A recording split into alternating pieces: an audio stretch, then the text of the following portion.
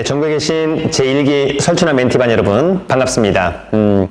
하여튼 전국에 계시기 때문에 저로서 상당히 좀 기분이 좋습니다. 상당히 벅차죠. 예, 서울에 계신 분들만 커버하는 게 아니라 사실은 이제 멀리서 지난번 어떤 분은 이제 홍콩에서 오시기 전에 저한테 질문하신 분도 있고, 어떤 분은 미국에서 질문하신 분도 있고, 와이프가 서울에 있는데 저한테 질문을 하고 문제가 없다라고 해서 와이프가 입찰장에 가서 낙찰을 받은 그런 케이스도 있었고, 또 입찰표를 갖다가 대법원 경매정보 사이트에서 다운받아가지고 제가 워드로 쳐서 보내드려서 그걸로 입찰을 하셔서 낙찰 받으신 분도 있었고, 참 많은 분들과 이렇게 함께 할 수 있다라고 하는 점은 상당히 강의자로서는 매력적이다, 이런 생각이 듭니다.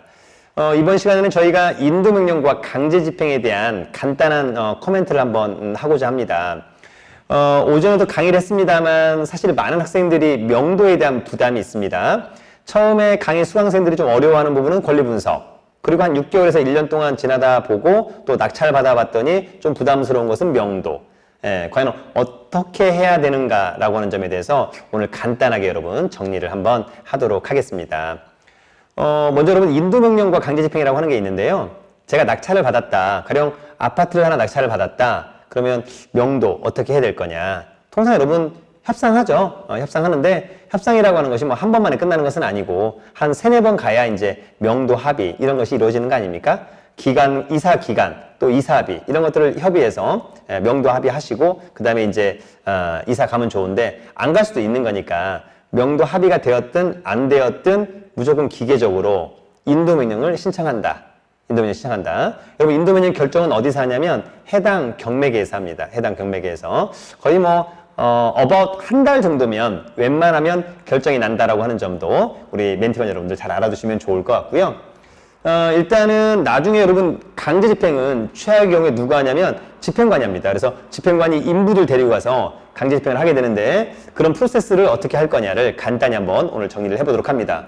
먼저 여러분, 인도명령을 신청하기 위해서는 그 부동산이 나의 것이라고 하는 걸 입증해 줘야 되는데, 잔대급을 납부하면 내 것이 되는 거죠. 그래서 잔대급 완납증명원을 가지고 인도명령을 신청한다. 어디다가? 해당 경매계에다가 신청합니다. 그러면 통상 소유자 겸 채무자에 대해서는 곧바로 결정하죠. 특별히 반박할 게 없을 거 아닙니까?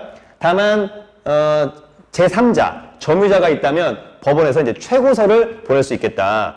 거기 설춘환 씨가 낙찰받고 돈까지 냈는데 혹시 당신 뭔가 대항할 수 있는 게 있다면 한번 서류를 내보세요. 통상 없다면 곧바로 또 인도명령 결정이 날 것으로 보입니다. 자, 그래서 인도명령 결정이 그러면 인도명령 결정문을 낙찰자, 그러니까 신청한 사람이죠. 인도명령 신청자, 낙찰자하고 점유자한테 송달합니다. 여러분, 송달한다. 그러면 나중에 낙찰자가 점유자한테 송달이 되었나 안 되었느냐를 확인하기 위해서는 어떻게 하냐. 여러분, 조금만 디테일하게 설명하면 이런 거죠. 대법원 경매정보 사이트에 경매 사건 검색란이 있어요. 거기에 사건 번호를 넣고, 경매 사건 번호를 넣고 클릭하면 중간에 관련 사건 번호가 나와요. 가령 2017 타인 792, 이게 인도명령 사건이거든요. 그러면 이 사건 번호를 갖고 대법원 경매정보 사이트가 아닌 대법원 사이트로 이전합니다. 그래서 대법원 사이트로 가서 나의 사건 검색란이 있어요. 거기에 법원 사건 번호 넣고 내 이름 치면 부동산 인도명령에 대한 사건에 대한 개요가 나옵니다. 그래서 맨 밑에 송달 클릭하면 상대방이 송달되었느냐 안 되느냐를 체크할 수 있어요. 그랬더니 점유자가 송달을 받았어. 그러면 낙찰자는 자기한테 온 인도명령 결정문 가지고 해당 경매에 가서 집행문 부여받고 송달 증명원을 부여받는다. 어렵지 않게 받을 수 있습니다, 여러분. 이게 이제 강제집행을 신청할 수 있는 그 준비물이에요. 그래서 관할 집행관 사무소를 가는 거죠. 경매가 진행 중인 법원에 집행관 사무소에 가면 됩니다. 그래서 집행관 사무소에 가서 강제집행 신청해. 강제집행 신청. 그러면 이제 돈을 납부하라고 하죠. 왜냐하면 이제 인부들 가지고 데리고 가서 나중에 강제집행 해야 되는 거니까. 그래서 비용을 납부하라 그래. 그래서 사건 영수증과 비용을 납부해서 납부명령서 받아서 이제 돈 내고 영수증. 그러면 사건 영수증과 납부한 영수증 가지고 집으로 가다가 사건 영수증에 집행관 사무소 직원의 핸드폰 번호가 있어요. 거기다 전화해. 그래서 내가 낙찰자인데 인도명령 결정에 의해서 강제집행 신청했는데 어떻게 하면 됩니까? 그러면 내일 집행관 사무소에 한번 와라. 아니면 내가 조만간 계고나 예고하러 갈 건데 같이 갈래 말래 이렇게 물어보기도 하죠, 여러분. 그리고 이제 끝내 집행관 사무소 직원이 개고하는 거죠. 예.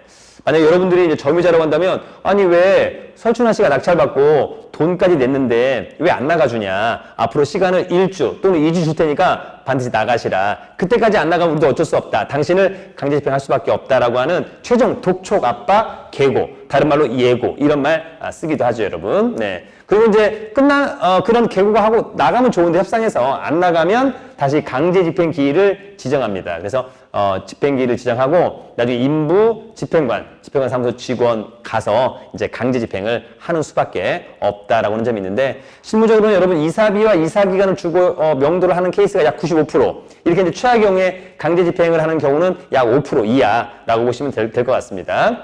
최악의 경우는 이제 보관 집행하죠, 여러분. 보관 집행.